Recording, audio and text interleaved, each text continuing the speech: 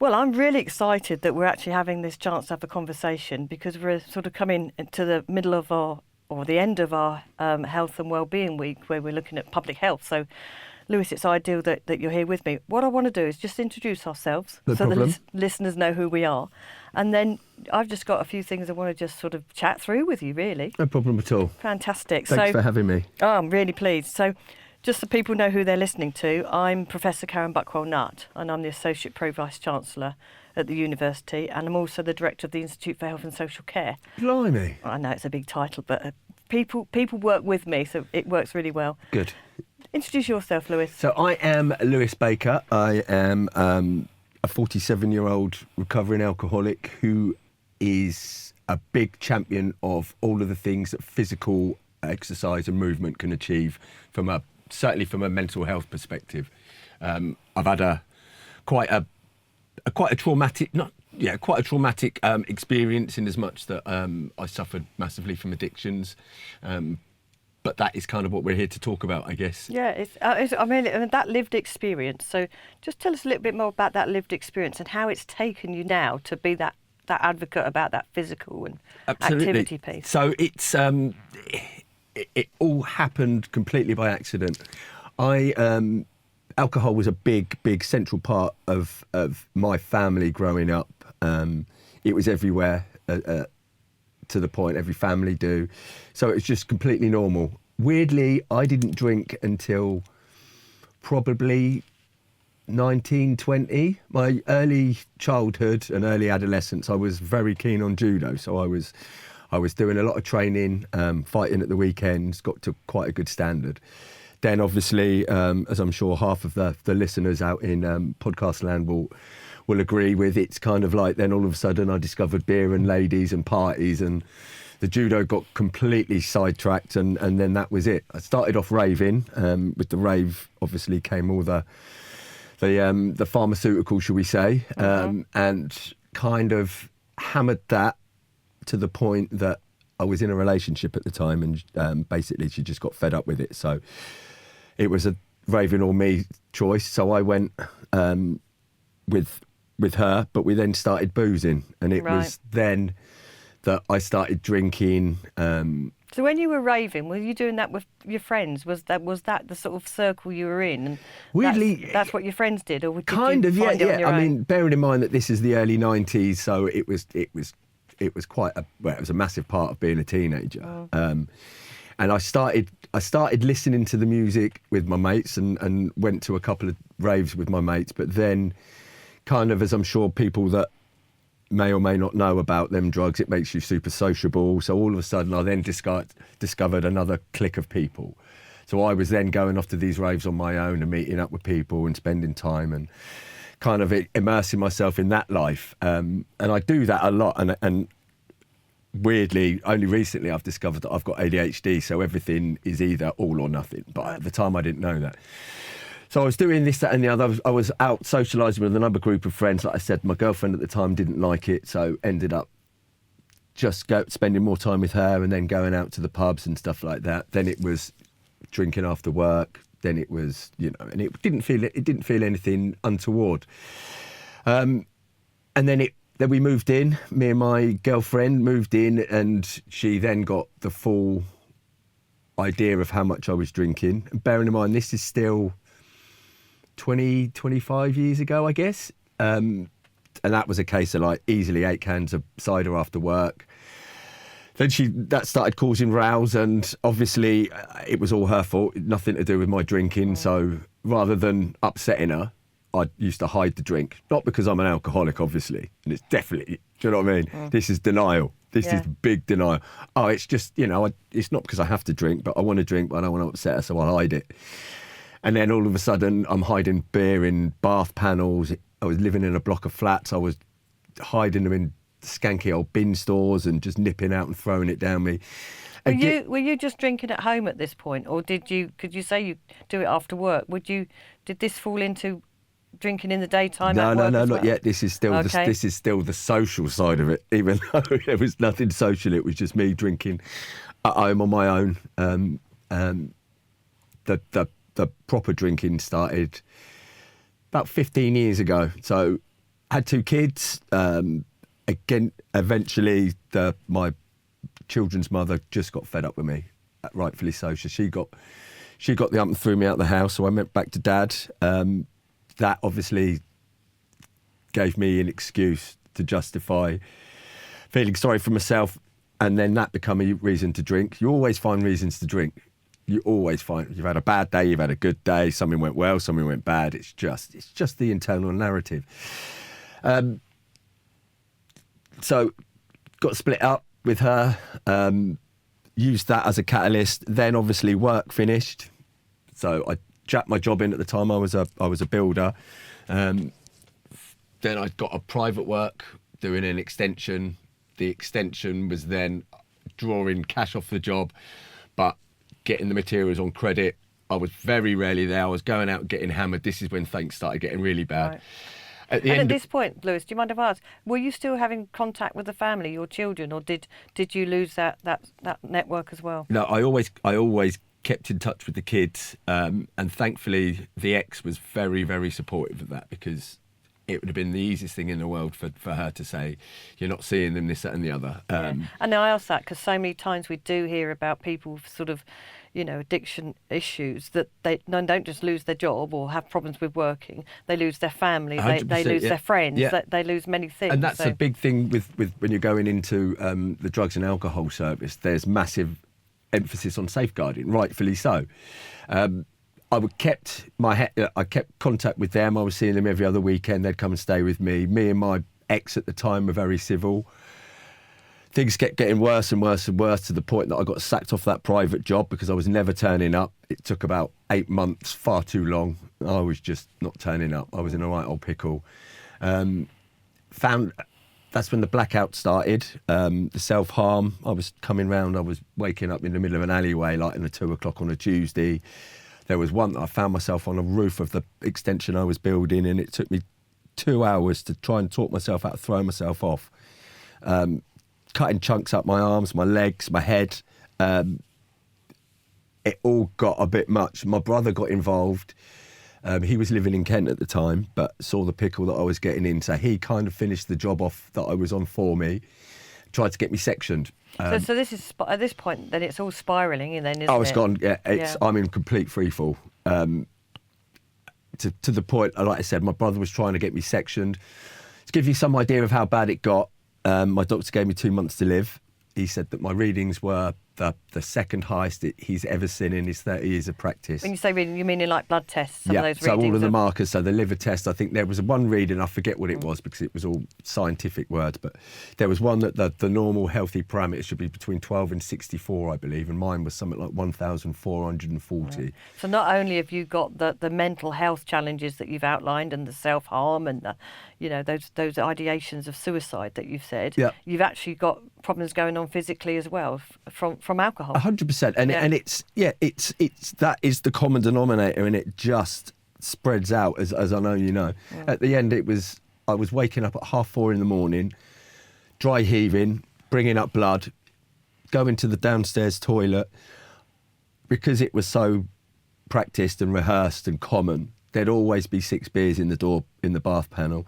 It would take me 6 cans of Foster's and a cheap bottle of rosé before 7 in the morning for me to stop shaking and dry heaving, so I'm sober enough or straight enough to take the kids to school. Wow. And that was then drop the kids off, then come back, and either invariably, depending on where I'd get the money from, it would be pub or drinking at home. Yeah, I'm just thinking sometimes going back to that and reliving experiences can't be comfortable, but I can see, as we're talking to me, that you're okay with sharing this, but I'm just thinking now, if we fast forward a little bit, how did you get out of that? What enabled you to change? So the healing side of it, kind of, the first part of healing started when I was at the doctor's trying to get sectioned. They wouldn't touch me because they weren't sure what was mental health and what was alcohol abuse. So basically their words were, get yourself sorted. If the problem's in, I'm paraphrasing obviously, if it's still issue, then we'll look at the mental health side of things. So I ended up down Oasis. I know that that Colin McGregor-Patterson's done a speech here, a podcast here. He's the CEO of Oasis, and at the time they were the drug service, so they put me back together. They provided me with counselling, they provided me with acupuncture, they provided me with all of these really good things, and then eventually put me on a community detox. So I was so far gone. Basically, I'm not sure if people know about this, but alcohol, if you're dependent on alcohol and you go cold turkey, it is very dangerous, and the shock can potentially kill you. It could be potentially fatal. People know that the cold turkey side of heroin is disgusting, but that's not fatal. I didn't realise that. So the detox is a way of kind of weaning your body off the physical dependence of the alcohol. When that was going on, it was I had to turn up 7 days of the week, get breathalyzed, because obviously if I was still drinking, they're saying that I'm not ready for the detox, so they'd throw me off. Had the detox, have the pills, and then I was left to myself. I started going back to the pub because at the point, it was like, these friends are my friends, they're my tribe. I don't want to lose track on them. Weirdly enough, that was about a week before I realised that it was the same lot talking about the same stuff day in, day out, and I was just like, God, I used to rush. I used to like put this lot before my kids. And that was the first, okay. Right. I guess that was the first bit that you realise I'm starting to become conscious of what work I needed to do. Started swimming. Swimming was good, but it was a bit of a faff and it was expensive and I wasn't working. So just then started the running, and it was the running that the magic happened. So all of the endorphins and things like that. Every day sober was massive. It was brilliant. And then every week, the first day was sober was massive. Then it was the first week, then the first month. But then it started to, and I don't want to sound blasé or anything like that, but it started to lose its sheen a little bit, and it started to get a bit same old, same old. But then running took over, and it was like first mile, first 2 miles, first sub 10-minute mile or whatever. And the endorphins and stuff like that was released from the mind was magnificent. So I started researching, bearing in mind that this was 14 years ago. So the doctors gave me 2 months. In the madness, I applied. Oh, yeah, I probably should have said that. So I started running. In the madness, apparently I applied for the London Marathon. All right. Well, we've all done those. We've all done that, and I would imagine that most of us have done that with a beer or two in there. I could do that easy peasy. I did 3 half marathons, and I thought, do you know what? If I can do 3 half marathons, the one at once, I can do the London Marathon. Yeah. When I didn't get in, I was so relieved. Yeah, well, I can't. Yeah, and you make a good point. I can't remember applying, but the fact that I got in first time as well, you just start thinking, hang on a minute, higher power. Anyway, so that had the detox beginning of November. So 10th of November, that'd be my 14th year anniversary. So not far away. Not far away at all. I know. And I then started training for the marathon. So that was what prompted me to start running. And it was then that everything just started making sense. So I researched it because, like picking up from where I left off a minute ago, it was 14 years ago. The link between the positive mental health and physical health links was discovered, and they were there, but they weren't as widely spoke about as they are now. Yeah. So I got on LinkedIn and I was speaking to all these addiction professionals from all over the world, and it was interesting to see how they do it. Like, for example, in Canada or America, you can't go to a rehab without there being a physical side attached to it. So I started researching the effects of exercise on the brain, and it started mimicking the reward system, which is exactly what drugs kind of stimulate. So basically we're manipulating the same system with physical exercise as we are with drugs. And the results were so much better because they're natural. Like when you think of all these systems that we've got in our brain, we've got things, hormones that mimic morphine, we've got feel-good hormones, we've got the brain grows neurons to learn new movement patterns, because obviously the body wants to survive as long as possible, so it wants to conserve calories. So it grows neurons to break and make things more efficient. So it's just amazing the difference that using your body makes on your mind. Yeah. And like you say, it does it physically as well, doesn't it? 100%. Not only those endorphins or the oxytocin, those chemicals that get released from what you're doing, you get that sense of euphoria in a way, don't you? You feel good. Bulletproof. And I mean, you feel good in doing it, but also, like you say, you've set a goal. Yep.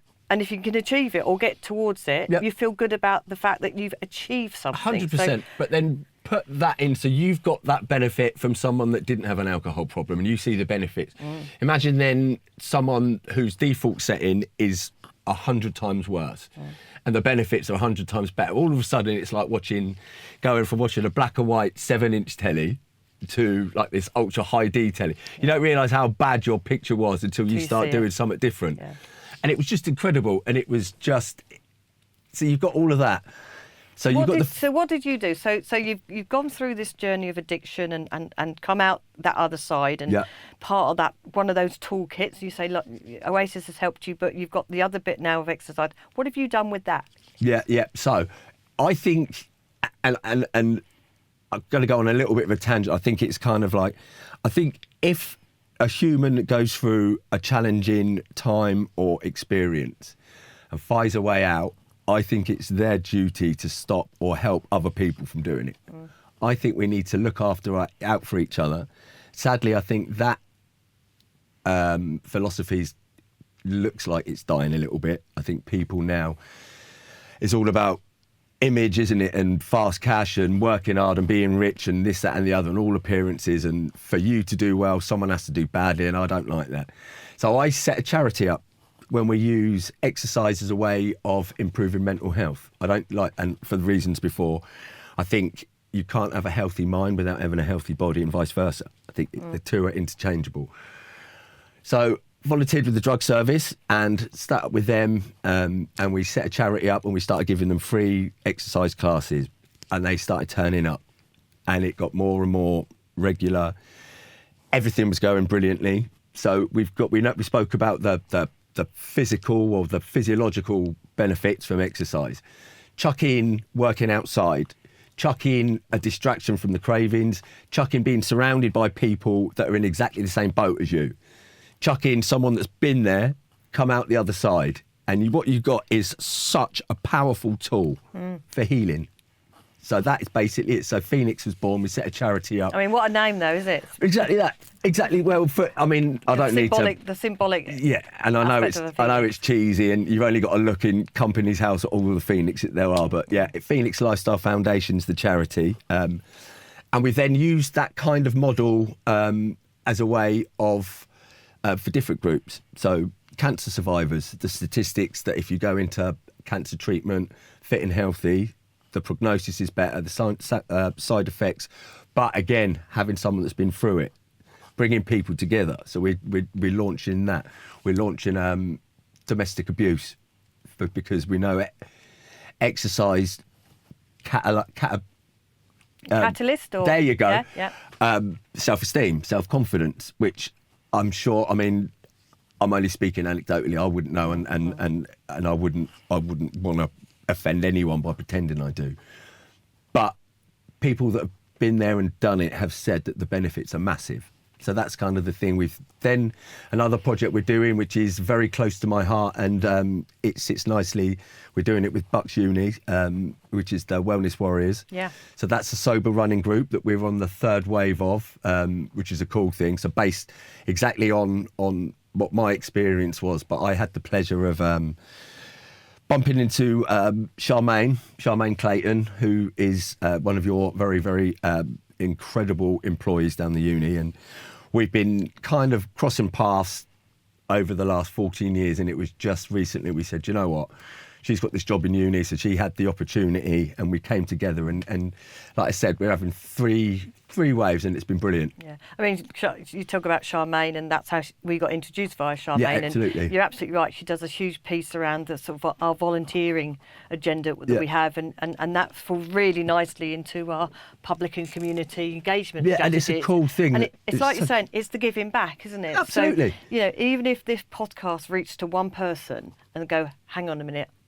I'm living that story, or I know someone that's living that story, and I can have a conversation. Or even if it's like, do you know what? I've been thinking I need to be more physical.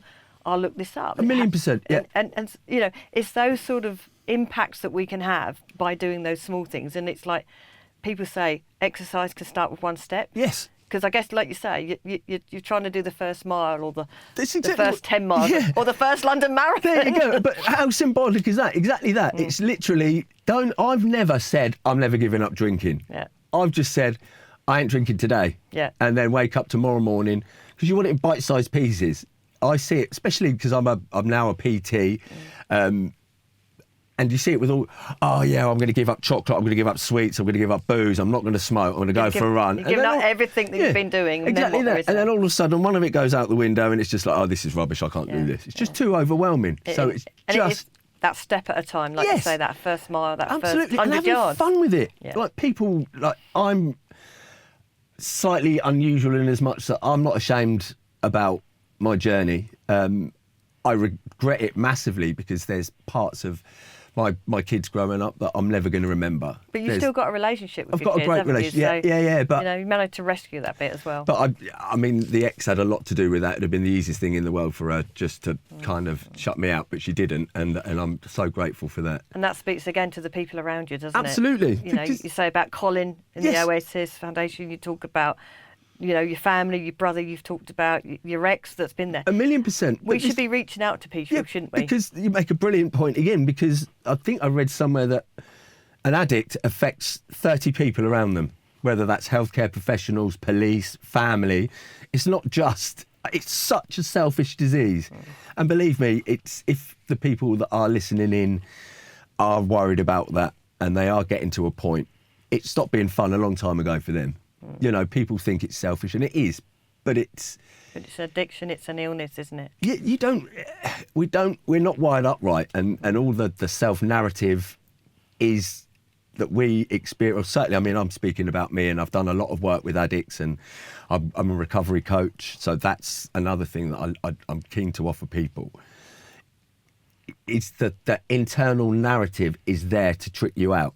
Even now, I'm still having dreams that I wake up in a blind panic. Oh my God, I had a drink, and then it's it's all right, it's the weekend, and then my head clears, and it's like I never only drank at the weekend, never, no. ever. And the fact that my brain is then trying to trick me into that, it's quite interesting. If you're comfortable enough to kind of take a step back in your brain and look at some of the thoughts, and it's having that time and chance to do that.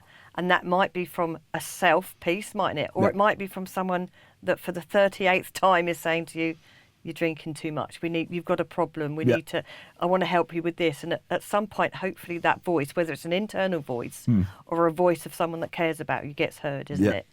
Yeah, I think if they're starting to think them thoughts, then they have got a problem. Yeah. I remember me saying I haven't got a problem because he drinks more than I do. He drinks more than I do.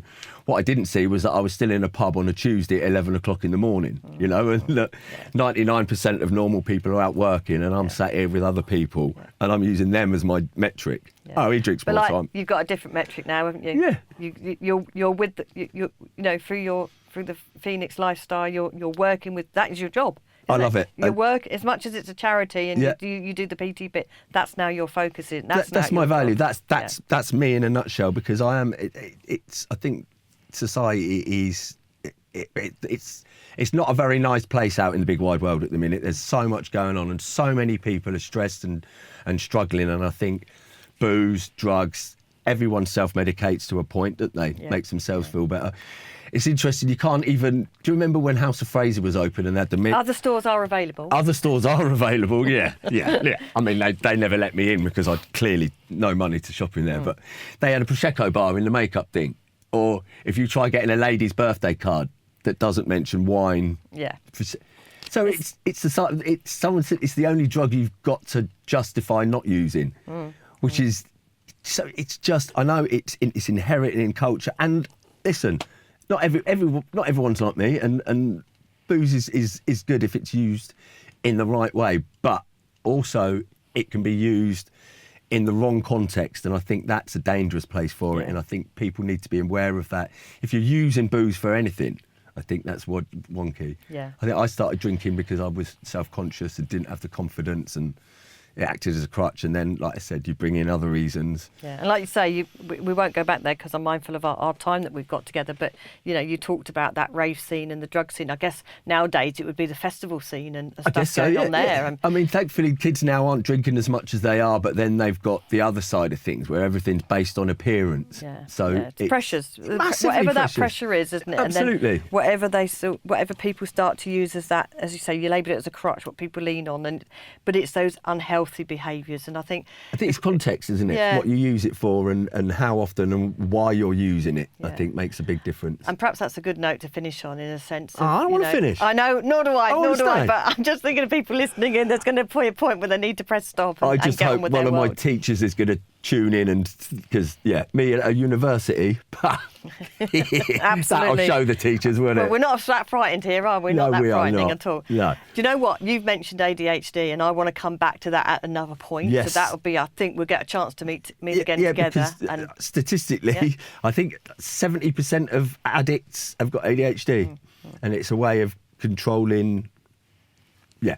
But No, certainly- next time. Next time. I think Next that's time. going to be our second conversation, I think. Invited back. Yeah, you are invited Blimey. back. I want to say to you, thank you, Lewis, for being so open and transparent. but No, also thank you so much for the opportunity. those messages about, everyone, you said you're unique, everyone is unique, but some of the challenges and ways of managing those are common, and if we recognise those and we can do something about it over ourselves or for someone else, then we're on that right road to recovery, as you put, and 100%. healing. Yeah. I think that healing word's really good. And instead of using the word exercise, because exercise isn't burpees or it's movement. Yeah.